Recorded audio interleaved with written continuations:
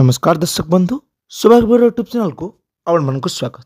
तेबे आपण मानकर प्रिय सिंगर मंजुश्री 2024-25 यात्रा ऋतु में आपण माने तांकु बहुत पेंडाल रे देखा पाइथिले।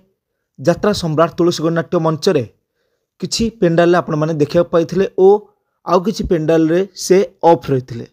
तार कारण से स्पष्ट करचंती ओ 2025-26 यात्रा ऋतु रे से तांकर कारण पाई जो कारणटी से दर्शाइचंती से कारण पाई से 2025-26 यात्रा ऋतु रे कोनोसी यात्रा अनुष्ठान रे रही नाहंती।